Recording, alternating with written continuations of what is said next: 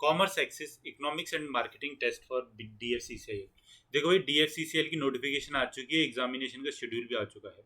अब आप लोग को क्या करना है, पढ़ आप चुके हो मेरी वीडियो से, अब आपको क्या करना है, अब आपको क्वेश्चंस की प्रैक्टिस करनी है। ठीक है, इकोनॉमिक्स मार्केटिंग दोनों के हम लोग कितने आज मतलब हर एक क्लास में 10 क्वेश्चन इसके और 10 क्वेश्चन इसके। ठीक है, तो लगभग अभी 20 दिन है, तो हमारे 200 क्वेश्चन, 200 इसके क्या नाम है मार्केटिंग के और 200 किसके इकोनॉमिक्स से हमारे क्वेश्चन कंप्लीट हो जाएंगे। ठीक है, टाइम बहुत कम है, जल्दी जल्दी से अपनी क्लासेस को खत्म करेंगे। मैं नहीं चाहता कि आप लोगों का वेस्ट टाइम हो हमारे साथ में। बाकी आप लोग हमारे चैनल को सब्सक्राइब कर लीजिए। अगर वीडियोस को नहीं देखा ना अभी तक पुरानी वाली, तो प्लीज हमारी वीडियोस को जाके देखिए, आप लोगों को पक्का मतलब उसमें से क्वेश्चंस मिलेंगे ही मिलेंगे। ठीक है, हमने 4 अपने सब्जेक्ट्स कंप्लीट किए हैं, इकोनॉमिक्स, मार्केटिंग, CRM एंड क्या हिस्ट्री ऑफ रेलवेज। चलो स्टार्ट करें अपना। तो क्वेश्चन नंबर 1 हमारा क्या कहता है, which sector contributes the most to India's economy. अगर आपको ये क्वेश्चन नहीं भी आता तो हम लोग इसको एलिमिनेट करके देखेंगे। स्मॉल सेक्टर इंडस्ट्री सर हो सकता है यार, स्मॉल स्केल इंडस्ट्रीज भैया अपना ही बेड़ा गर्क करके वो कैसे हमारी इंडियन इकोनॉमी को सबसे ज्यादा बूस्टअप दे सकती है। ठीक है, एग्रीकल्चर सेक्टर तो हमको पता ही है सबसे ज्यादा गया गुजरा है। तो अगर हम मैन्युफैक्चरिंग सेक्टर और सर्विस सेक्टर की बात करें तो हमको एक चीज देखनी पड़ेगी इसमें, क्या कि सर सर्विस सेक्टर जो होता है ना हमारा, ये थोड़ा मतलब ये हमारा थोड़ा बोलबाला सा है पूरे वर्ल्ड में कि भैया इंडिया का सर्विस सेक्टर सबसे ज्यादा अच्छा है पूरी दुनिया में। तो क्यों ना इसका आंसर हम सर्विस सेक्टर लगा दें। बट मैन्युफैक्चरिंग सेक्टर क्यों नहीं हो सकता, क्योंकि मैन्युफैक्चरिंग सेक्टर में देखो मेक इन इंडिया के तहत अभी हम लोग मतलब ये चीजें इंक्लूड कर रहे हैं कि मतलब कि बनाओ इंडिया में आके बनाओ, तो हमारे अंदर कहीं ना कहीं ये सब अपॉर्चुनिटीज हैं। इसका मतलब ये है कि ये सेक्टर भी इतने ज़्यादा खुला नहीं है। तो इसका आंसर क्या होगा हमारा, सर्विस सेक्टर। सर्विस सेक्टर की अगर हम लोग बात करें तो इसमें क्या आता है हमारा, सॉफ्टवेयर, बैंकिंग, ठीक है, ट्रांसपोर्टेशन, हमारा इंश्योरेंस। अगर हम अब बात करें अपनी क्लासेस की तो ये भी हमारा किस में आता है, सर्विस सेक्टर में ही आता है। या फिर अगर हम बात करें हमारी किसकी, मार्केटिंग की, वेब डेवलपमेंट की, ये सब हमारे किस में आते हैं, अब सर्विस सेक्टर में आते हैं। ठीक है, फिर जब हम मैन्युफैक्चरिंग सेक्टर की बात करें तो इसमें हमारी क्या आती है, हमारी आती है इंडस्ट्रीज, बट कैसी वाली, जो कि क्या कर रही है, फिजिकल प्रोडक्ट्स को इंक्लूड कर रही है। ठीक है, कैसे वाला प्रोडक्ट बनाती है, हमारे फिजिकल प्रोडक्ट। वहीं पे जो हमारी एग्रीकल्चर सेक्टर है इसमें कैसी आती है हमारी, ये होती है हमारी प्राइमरी सेक्टर जो होता है, और इसमें वही वाली आती है जो हमारी एग्रीकल्चर से रिलेटेड होती है। अब देखो इसका क्या कहता है, the service sector contribute 60% of India economy. ठीक है, बिल्कुल सही बात है। जो सर्विस सेक्टर जो है ना हमारा, इसको हम लोग टर्शरी सेक्टर भी कहते हैं। ठीक है, यूपी पैड में भी क्वेश्चन आया था कि सर्विस सेक्टर को क्या कहा जाता है। तो जिन बच्चों को मतलब दिया होगा उनको पता होगा, मैंने क्वेश्चन पेपर्स देखे थे तो उन्हें पता लगा था। तो सर्विस सेक्टर को हम लोग टर्शरी कहते हैं। वहीं पर हमारा जो मैन्युफैक्चरिंग सेक्टर है इसको क्या कहते हैं हम लोग अपना, सेकेंडरी सेक्टर कहते हैं। और जो हमारा एग्रीकल्चर है इसको क्या कहते हैं, प्राइमरी। ठीक है, सर्विस सेक्टर हमारा लगभग 60% ऑफ द इंडियन इकोनॉमी में कंट्रीब्यूट करता है। वहीं पे हमारा जो मैन्युफैक्चरिंग या सेकेंडरी सेक्टर जो है ये लगभग 20 से 25%, और बाकी का बचा हुआ मतलब 50 से 20% लगभग ये कौन सा हमारा देता है, एग्रीकल्चर सेक्टर कंट्रीब्यूट करता है। तो सबसे बड़ा सेक्टर हमारा कौन सा हुआ, सर्विस सेक्टर। ठीक है, तो बच्चे गलत तो नहीं करेंगे ना। अब हमारा क्या आता है question number 2, the mixed economy. Mixed economy की डेफिनेशन पूछी हुई, क्या कहता है, द को existence of traditional and modern industries. Sir mixed economy में इससे क्या लेना देना कि हमारी ट्रेडिशनल इंडस्ट्रीज चल रही है या फिर मॉडर्न इंडस्ट्री चल रही है, तो ये हमारा नहीं होगा। ठीक है, बी हमारा क्या कहते हैं, the presence of subsistence of commercial farming. Farming sir ये तो होगा ही नहीं। The presence of domestic and foreign investments, sir इससे क्या लेना देना कि हमारी डोमेस्टिक और फॉरेन इन्वेस्टमेंट्स हैं। अब डी क्या कहता है, market system of resource allocation, commerce and trade in which free markets coexist with government intervention. Sir government का इंटरवेंशन हो गया फ्री मार्केट में, इसका मतलब ये है कि आंसर नंबर डी है इसका। मिक्स्ड इकोनॉमी की अगर हम बात करें तो हमारी इंडिया दुनिया का सबसे बड़ा एग्जांपल है किसका, मिक्स्ड इकोनॉमी का। ठीक है, यूएसए कैपिटलिस्ट इकोनॉमी है, China and Russia socialist economy है। मिक्स्ड इकोनॉमी का मतलब क्या हो गया हमारा, सोशलिस्ट प्लस कैपिटलिस्ट इकोनॉमी। मतलब हम सोशलिस्ट अपने सोशल गोल्स को भी रख के चलेंगे, जो कि किसने दिए थे, हमारे नेहरू जी ने दिए थे। ठीक है, और हमारी देखो इंडियन इकोनॉमी किस पे चलती है, 1956 में हमारा जो सेकंड आया था 5 ईयर प्लान, तो उसमें बोलोनियस फॉर्मूला जो आया था उसके बेसिस पे हमारी इंडियन इकोनॉमी अभी भी चल रही है। ठीक है, तो हमको यही चीज ध्यान में रखनी है। देखो एक क्वेश्चन में आपको कितनी सारी चीजें पता लग गई। सोशलिस्ट इकोनॉमी का कंसेप्ट किसने दिया था, नेहरू जी ने। इंडिया की इकोनॉमी कैसी है, मिक्स्ड इकोनॉमी। यूएसए की कैसी है, कैपिटलिस्ट है। ठीक है, चाइना रशिया की कैसी है, सोशलिस्ट है। 1956 में सेकंड ईयर प्लान में हमारे कौन से फॉर्मूला आया था, महालन बस फॉर्मूला। ठीक है, तो हम लोग ये सारे के सारे अपने क्वेश्चन को क्या करेंगे, कर देंगे, अगर हमारा क्वेश्चन कुछ भी इसमें से कुछ भी क्वेश्चन पूछा जाता है तो। चलो, तो ये वही है ऊपर की जो मैंने अभी आपको डेफिनेशन बता दी। अब क्वेश्चन आता है स्टैगफ्लेशन क्या है। Sir stagflation is defined as, ठीक है, क्वेश्चन इंपॉर्टेंट है, इंडिया स्टैगफ्लेशन के दौर से गुजर रहा है अभी इस टाइम पे। स्टैगफ्लेशन का मतलब जो होता है वो होता है कि देखो कहीं ना कहीं हमारा इन्फ्लेशन रेट इसमें हाई होता है, ठीक है, बिल्कुल सही बात। तो सर देखो इन्फ्लेशन रेट बी और सी में हाई है, ठीक है। इकोनॉमिक ग्रोथ कैसी होती है, लो होती है। तो सर इकोनॉमिक ग्रोथ तो लो इसी में ही है जब इन्फ्लेशन हाई के साथ में, तो हमारा क्या हुआ, इसका बी हो गया। और हमारी अनएम्प्लॉयमेंट कैसी रहती है, इस वाले केस में हाई रहती है। इसका मतलब यह है कि एम्प्लॉयमेंट रेट डाउन हो जाती है।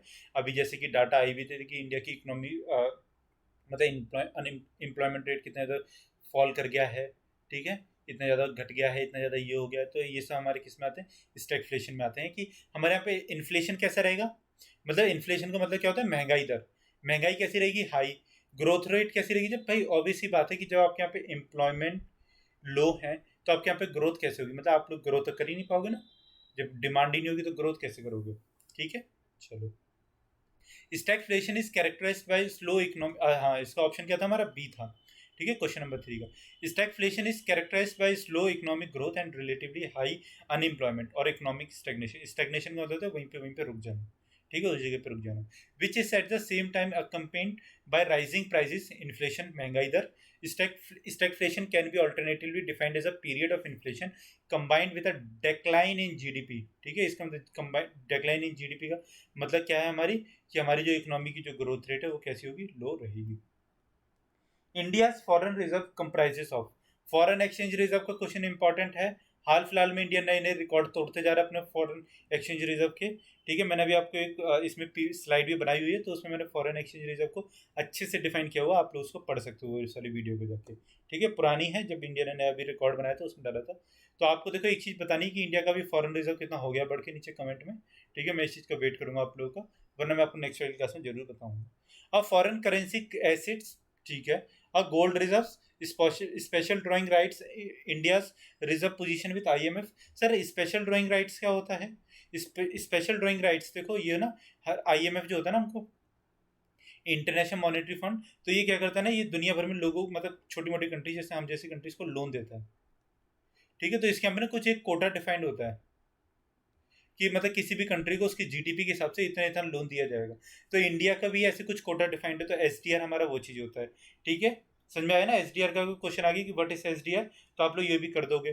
तो अभी इंडिया ने हाल फिलहाल में अपना एसडीआर को बढ़ाया है, करंट अफेयर्स का क्वेश्चन है, आप लोग इसको जरूर पढ़ना और नीचे कमेंट करके मुझे बताना गूगल पे सर्च करके, ताकि आप लोगों को याद रहे।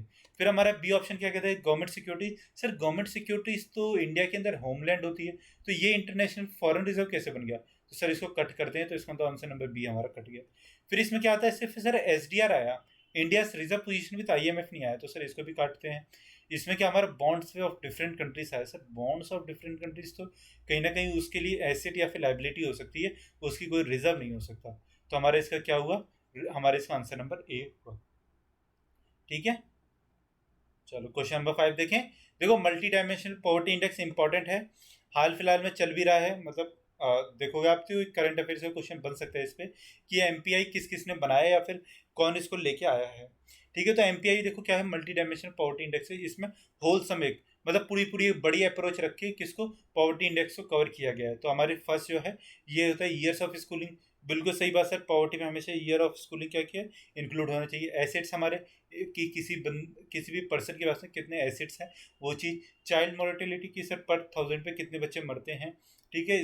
सैनिटेशन की हमारे यहाँ पे साफ़ सफाई कैसी है, लोग यहाँ पे खुले में शौच तो नहीं जाते, या फिर हमारे यहाँ पे भी जैसे 99% कवरेज किसका हुआ है, ओडीएफ फ्री हुआ है इंडिया, ठीक है। बहुत बड़ी मतलब वो है, ये उपलब्धि है एक इंडिया के लिए, क्योंकि इंडिया जैसी गरीब और इतनी बड़ी कंट्री के लिए उसने ओडीएफ फ्री बनाया है गवर्नमेंट ने हमारी। तो इलेक्ट्रिसिटी उन लोगों तक है कि नहीं है, अब जैसे कि मोदी गवर्नमेंट ने एक प्लान भी लगाई थी अपना, तो उसके तहत वो लोग क्या घर घर बिजली पहुंचा रहे हैं, ठीक है। तो लगभग मतलब आप देखोगे कि ये भी 95 से 96% तक कवरेज हो चुका है घरों घरों। अभी भी कुछ ऐसे पार्ट हैं जैसे हिली एरियाज, ठीक है, या फिर हमारे बहुत पिछड़े जो इलाके हैं वहाँ तक अभी भी लाइट पहुँचने वाली है। तो इसका देखो आंसर हमारा डी है, ठीक है, कि हमारा 1 2 3 4 5। देखो एमपीआई, देखो ये क्वेश्चन बहुत ज़्यादा इंपॉर्टेंट है, एमपीआई कौन लेके आया था। तो एमपीआई जो हमारे लेके आया था वो उसके पीछे जो संस्थाएं काम करें वो है UNDP, United Nations Development Programme. ये एक यूएन का ही एक मतलब वो है, ऑर्गेनाइजेशन है। ठीक है, Oxford poverty and human development initiative. तो ऑक्सफर्ड मतलब जो वहाँ की है, यूके की है, तो उसका इनिशिएटिव है अपना एक ये। तो इन दोनों ने मिलके एमपीआई का मतलब है मल्टी डायमेंशनल पॉवर्टी इंडेक्स को स्टार्ट किया था। तो इसमें देखो कितनी 105 कंट्रीज इंक्लूड हैं। ठीक है, और ये कितनी वर्ल्ड की 77%, वर्ल्ड की लगभग 77% पॉपुलेशन को क्या करती है, कवर करती है। अब हमारा क्वेश्चन आता है कि consider the following statements with respect to various sectors of economy. ठीक है, हमको वेरियस सेक्टर्स, जो कि मैंने भी आपको बता भी दिया था ऊपर, कि हमारे पे एग्रीकल्चर है, इंडस्ट्रियल है और सर्विस सेक्टर है। सर्विस सेक्टर हमारा कौन सा होता है, टर्शरी। एग्रीकल्चर हमारा कौन सा होता है, प्राइमरी। और इंडस्ट्रियल हमारा कौन सा होता है, सेकेंडरी सेक्टर। ठीक है, लेकिन अब देखो इस क्वेश्चन में ट्विस्ट है कि इसमें इनकरेक्ट पूछा गया है। ठीक है, इसलिए क्वेश्चन पढ़ना बहुत ज़्यादा जरूरी है कि which of the given statements are incorrect. ठीक है, तो फर्स्ट हमारा क्या कहता है, all agriculture activities are included in the primary sector. Sir बात तो बिल्कुल सही बोल रहे हो कि प्राइमरी सेक्टर में हमेशा कौन सी एग्रीकल्चर एक्टिविटीज होती है। ठीक है, all industrial activities are included in the secondary sector. Sir all नहीं होती, सिर्फ मैन्युफैक्चरिंग वाली इंक्लूड होती है सेकेंडरी सेक्टर में। Service sector includes only those activities that help in the production of goods. Sir ये क्या बात कर दी आपने, इसमें तो हर चीज़ इंक्लूड होती है जितनी भी हमारी सर्विसेज होती है। जैसे हमारी क्या क्या बताया था मैंने आपको, banking, insurance, software, web development. तो सर ये भी चीज़ हमारी गलत होगी। तो इसमें इनकरेक्ट हमारी कौन कौन सी हुई, तो इसका हमारा इनकरेक्ट कौन सा हुआ, सी और देखो 2 वाला हमारा गलत है। ठीक है, तो 2 और 3 हमारा किस में, क्वेश्चन नंबर 6 में, सी में। तो हमारा ये आंसर इसका सही है। अब हमारा क्वेश्चन नंबर 7 आता है। क्वेश्चन नंबर 7 हमारा क्या कहता है, मॉनेटरी पॉलिसी। मैंने आपको बहुत ज़्यादा अच्छी तरीके से पढ़ाई थी, मॉनेटरी और फिजिकल पॉलिसी। ठीक है, गलत मत करना। क्या कहता है, which of the following measures are part of the monetary policy. Monetary policy इसमें से किस किस में इंक्लूड होती है, ओपन मार्केट ऑपरेशंस। देखो सबसे पहले मुझे आप ये बताओ कि मॉनेटरी पॉलिसी में कौन करता है, और फिजिकल पॉलिसी में कौन काम करता है। मैंने आपको याद करने के लिए बताया था बहुत ज़्यादा अच्छे से। मॉनेटरी पॉलिसी में हमारी जो काम करती है वो होती है हमारी आरबीआई। ठीक है, आरबीआई ही मॉनेटरी पॉलिसीज लेके आती है और यही इसमें सब कुछ काम करती है। फिजिकल पॉलिसी हमारी गवर्नमेंट ऑफ इंडिया। ठीक है, मैंने आपको याद करने के लिए क्या बताया था, इसमें जो बजट जो होता है ना हमारा, बजट जो आता है हर साल, यही हमारा क्या कहलाता है, फिजिकल पॉलिसी कहलाती है। ठीक है, फाइनेंशियल बजट जो आता है हर साल। तो बजट कौन लेके आती है हमारी, अभी तो निर्मला सीतारमन जी जो हमारी फाइनेंस मिनिस्टर हैं। ठीक है, तो देखो एफ से एफ हुआ, तो फाइनेंस मिनिस्टर किसकी होती है, गवर्नमेंट ऑफ इंडिया की। तो हमारी फिजिकल पॉलिसी कौन लेके आएगा, फाइनेंस मिनिस्टर। फिर बची कौन सी हमारी, मॉनेटरी पॉलिसी। तो मॉनेटरी पॉलिसी हमारी कौन लेके आता है, आरबीआई। तो अब आरबीआई देखो किस किस में होगा, ओपन मार्केट ऑपरेशंस। हाँ सर, ये तो हमारी आरबीआई ही इशू करती है। ओपन मार्केट ऑपरेशंस का मतलब क्या होता है कि जब मार्केट, आरबीआई क्या करती है, आरबीआई कुछ अपने जो उसके बॉन्ड्स वगैरह होते हैं उसको सेल या परचेज करती है। ठीक है, भले ही सेल करे भले ही परचेज करे, वो उसका मॉनेटरी पॉलिसी में इंक्लूड होगा। फिर हमारी सेकंड क्या आती है, recapitalisation of banks. Sir recapitalisation of banks हमारी किस में आती है भैया, ये हमारी गवर्नमेंट ऑफ इंडिया करती है, ना कि आरबीआई कर रही है। ठीक है, तो ये किस में चलेगी, हमारी फिजिकल पॉलिसी। तो इसमें हमारी 2 तो गलत हो गया। तो अगर हम देखें कि हमारा 2 किस किस में, 2 इसमें कट हो गया, 2 इसमें कट हो गया, 2 इसमें कट हो गया। अगर आपको 3 वाला ऑप्शन नहीं भी समझ में आ रहा, तो इसका आंसर क्या हो जाएगा, हमारा सी हो जाएगा। ठीक है, बाकी varying reserve requirements, reserve requirements कौन से होते हैं हमारे, एस। ठीक है, लिक्विडिटी रिजर्व रेशियोज, या फिर हमारा रेपो रेट। ठीक है, पढ़ाया हुआ है मैंने पूरा आपको। अगर आपको नहीं आ रहा ना, और मतलब अगर आप पहली बार इस वाली वीडियो के साथ में, तो प्लीज़ आप पीछे जाके हमारी वीडियोस को देख लेना। बाकी चलो आगे वाले क्वेश्चन पे चलते हैं, 8th पे। क्या कहता है, इलास्टिसिटी ऑफ एम्प्लॉयमेंट। अब यार देखो टाइम, ये बात है ना कि मैं आपको पढ़ाऊँ और मैं आपको वो भी चीज़ें पढ़ाता जो मैंने पीछे पढ़ा दी हैं, तो आप लोग आगे कैसे पढ़ोगे, मतलब आप लोग पढ़ कैसे पाओगे। और आप लोग के लिए टाइम अब बहुत ज़्यादा क्रूशल है गया, बस 20 दिन है एग्जाम के लिए। हमारा ए क्या कहता है, it is a measure of change in employment with respect to change in demand. Sir ऐसा कुछ तो इलास्टिसिटी ऑफ एम्प्लॉयमेंट नहीं कहता। ठीक है, आगे वाला देखते हैं, it is measure of change in workforce with respect to change in supply demand. Sir ऐसा तो नहीं है, it is measure of change in labour force with respect to change in inflation. Sir inflation demand और supply से तो कुछ भी लेना देना है नहीं हमारा। ठीक है, लेकिन हमारा क्वेश्चन अब ऑप्शन नंबर डी क्या कहता है, it is a measure of change in employment with respect to change in economic growth. Sir ये तो हमको बड़ा ही अच्छा सा ऑप्शन लगा, तो क्यों ना सर हम इसका डी कर दें। तो बेटा जब आप डी करोगे ना, तो आप बिल्कुल सही ऑप्शन चूज करोगे, क्योंकि हमारे जो इकोनॉमिक जो इलास्टिसिटी ऑफ एम्प्लॉयमेंट, मतलब इकोनॉमिक ग्रोथ, जो बढ़ती है तो उसके हिसाब से बढ़ती है। तो क्या कहती है इसकी explanation, employment elasticity is a measure of the percentage change in employment associated with a 1% point change in economic growth. ठीक है, जैसे जैसे हमारी इकोनॉमिक ग्रोथ में चेंजेस आएंगे उसी के हिसाब से हमारी एम्प्लॉयमेंट चेंज अगर आती है तो उसको हम लोग क्या कहते हैं, हमारी इलास्टिसिटी ऑफ एम्प्लॉयमेंट कहते हैं। फिलिप्स कर्व अगेन बहुत ज़्यादा इंपॉर्टेंट है। ठीक है, inverse relationship between inflation and unemployment, ये क्या कह रहे हो सर, क्या ये सही है? लगता तो सर कुछ ऐसे ही है। Direct relationship between inflation and unemployment, sir direct relationship तो नहीं होता जहाँ तक हमने पढ़ा है, तो बेटा ये तो हमारा गलत ही हो गया। Inverse relationship between inflation production, sir production तो नहीं होता क्योंकि फिलिप्स कर्व में तो अनएम्प्लॉयमेंट और इन्फ्लेशन के बीच का क्या वो शो करता है। ठीक है सर, इन दोनों में से तो हमें लगता है पर हमें सी नहीं लगता, तो सी गलत कर देंगे। तो प्रोडक्शन इसमें फिर से आ गया तो हम डी। तो सर हमको ये समझ में नहीं आ रहा कि हम इन्वर्स करें या डायरेक्ट करें। तो बेटा इसमें आपको देखो सबसे ज़्यादा इंपॉर्टेंट चीज़ है कि फिलिप्स कर्व हमेशा इन्वर्स रिलेशनशिप शो करता है, डायरेक्ट कभी नहीं करता। ठीक है, इस चीज़ को याद रखना कि इन्फ्लेशन और अनएम्प्लॉयमेंट का हमेशा कैसा इन्वर्स रिलेशनशिप होता है। कैसे, मैं भी आपको ग्राफ के थ्रू समझाऊंगा। चलो ग्राफ बनाऊँ मैं आप लोगों के लिए। यहाँ पे हमारा क्या होता है, इन्फ्लेशन होता है, और यहाँ पे क्या होता है हमारा अनएम्प्लॉयमेंट होता है। ठीक है, तो देखो जब हमारा इन्फ्लेशन यहाँ पे है, ठीक है, और इसका ग्राफ देखो कुछ इस तरीके का बनता है हमारा। अरे यार एक मिनट को मिटा दो, थोड़ा और अच्छा बना दो, नहीं तो बच्चे कहेंगे सर ये कैसे ग्राफ है, सर ये क्या है। ठीक है, तो देखो इसका हमारे जो ग्राफ बनते हैं कुछ इस तरीके का बनता है। अब बिल्कुल सही बन रहा है, ये मतलब फॉलिंग रेट में होता है। ठीक है, जब देखो जब हमने देखा, या हम देखें तो ऐसे भी कर सकते हैं। ठीक है, ये वाला ज़्यादा है, अच्छा है। तो देखो जब हमारे यहाँ पे इन्फ्लेशन है कम, तो हमारी अनएम्प्लॉयमेंट कितनी है, इतनी है।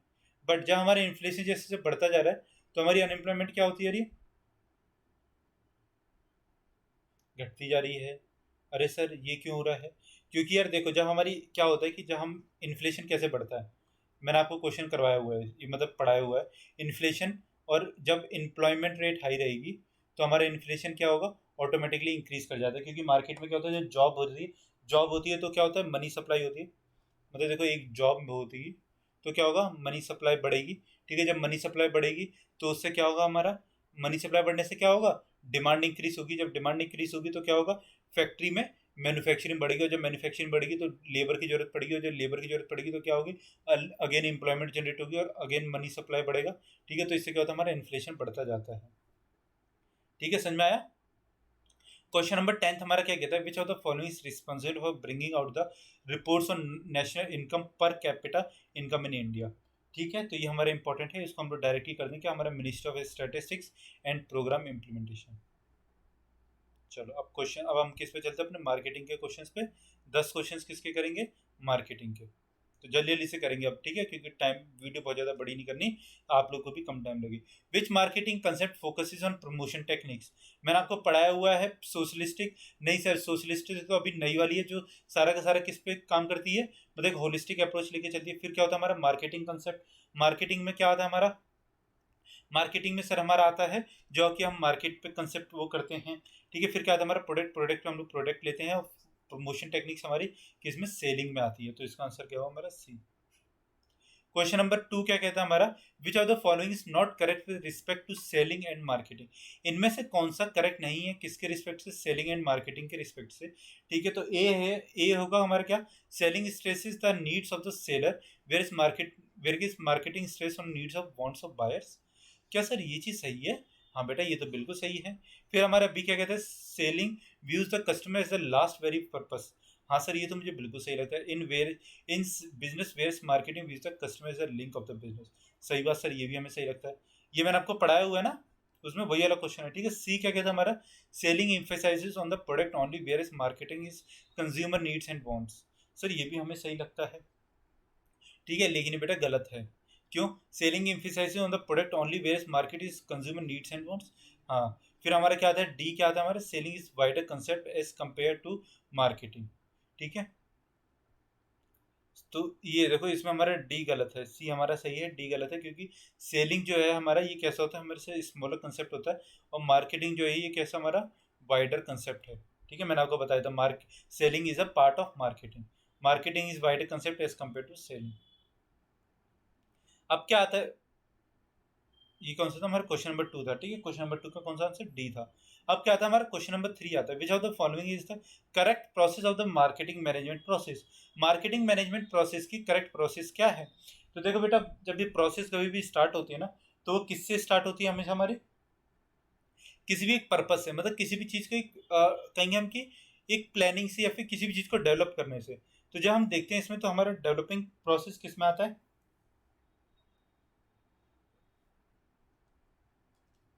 डेवलपिंग हमारा आता है क्वेश्चन इसमें 3 में, ठीक है। फिर चलो स्टार्टिंग से स्टार्ट करते हैं इसको, 1 2 3 4 से।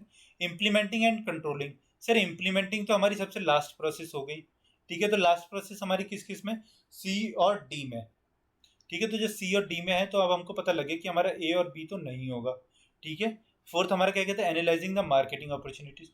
Analysing the marketing opportunity, selecting the target markets, developing the marketing mix. Sir एक बात समझ में नहीं आई कि अब हमको देखो एक चीज पता लग गई सर ऑप्शन से, कि हमारा जो है 4 2 3 1 4 2 3 1, अरे यार ये तो एक ही जैसे ऑप्शन हो गए, ठीक है। चलो कोई बात नहीं, गलती से हो गया।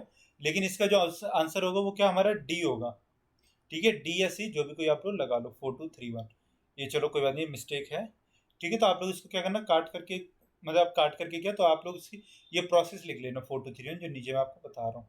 तो क्या देखो, सबसे पहले analysis of the marketing opportunities, ठीक है। सबसे पहले हम लोग देखेंगे कि हमारी मार्केट में क्या क्या अपॉर्चुनिटीज हैं, उसको एनालाइज करेंगे, फिर तभी तो उसके ऊपर काम कर पाएंगे। फिर इसमें से हम लोग सेलेक्ट करेंगे, ये हमारा टारगेट मार्केटिंग मान लो ये हो गया, ठीक है। फिर अब हम मार्केटिंग मिक्स अपने क्या करेंगे, डेवलप करेंगे इसमें, और फिर हम लोग क्या कर देंगे, अपनी इंप्लीमेंट कर देंगे किसको, प्रोसेस को, फिर उसके अंदर कंट्रोल करेंगे। क्वेश्चन नंबर 4 क्या आता है हमारा,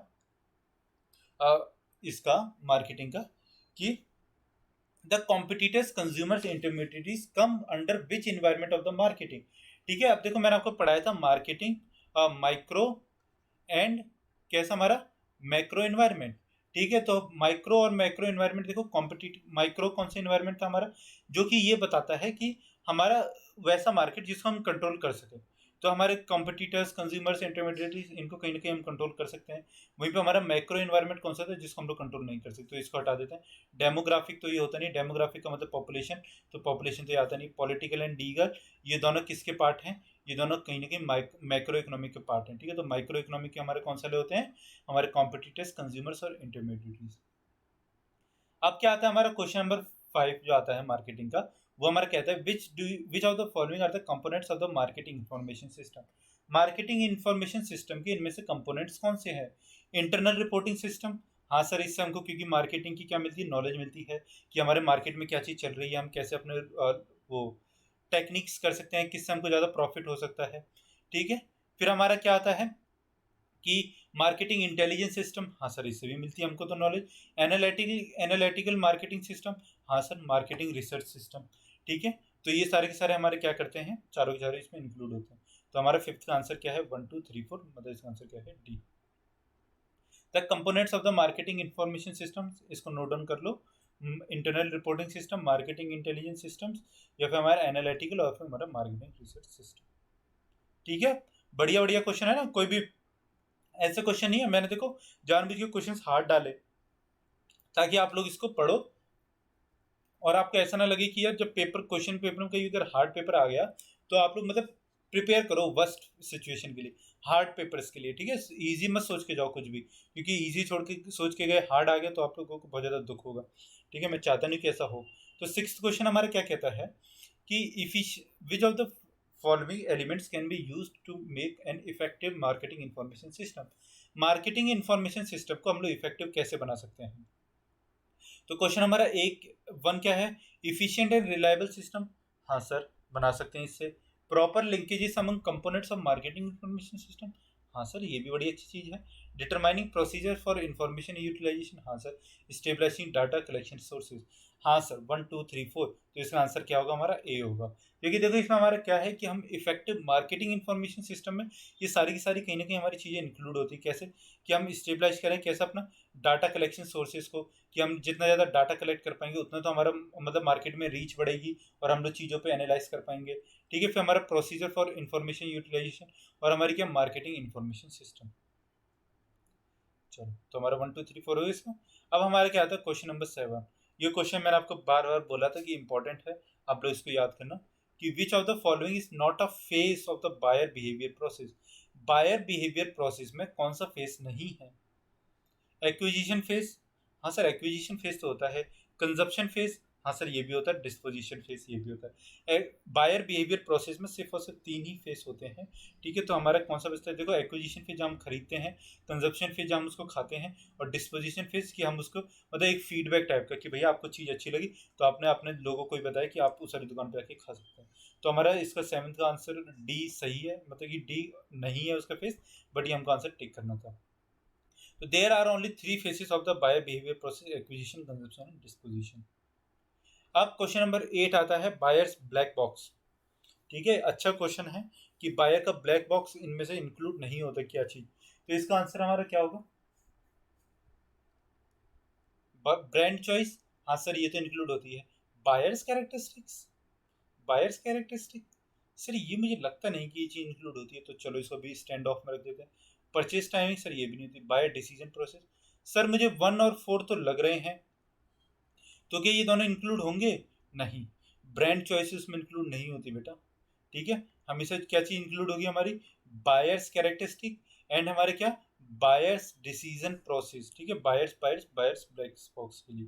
तो हमारा क्वेश्चन नंबर 8 का आंसर क्या होगा correct? C 2 and 4, buyer's characteristic and buyer's decision process. Black box includes only buyer's characteristics and buyer's decision process. अब हमारा कौन सा आता है? क्वेश्चन नंबर 9, जो कि अच्छा क्वेश्चन है। क्वेश्चन क्या कहता है? Which of the following factors is are included in the personal factors in the buying decision process.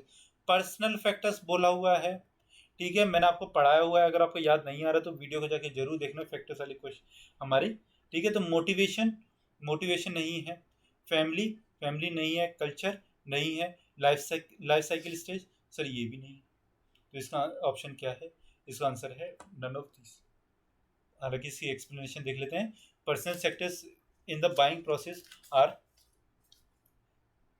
Life cycle stage, age, lifestyle and personality, ठीक है। ये चारों चीजें इसमें इंक्लूड होती हैं।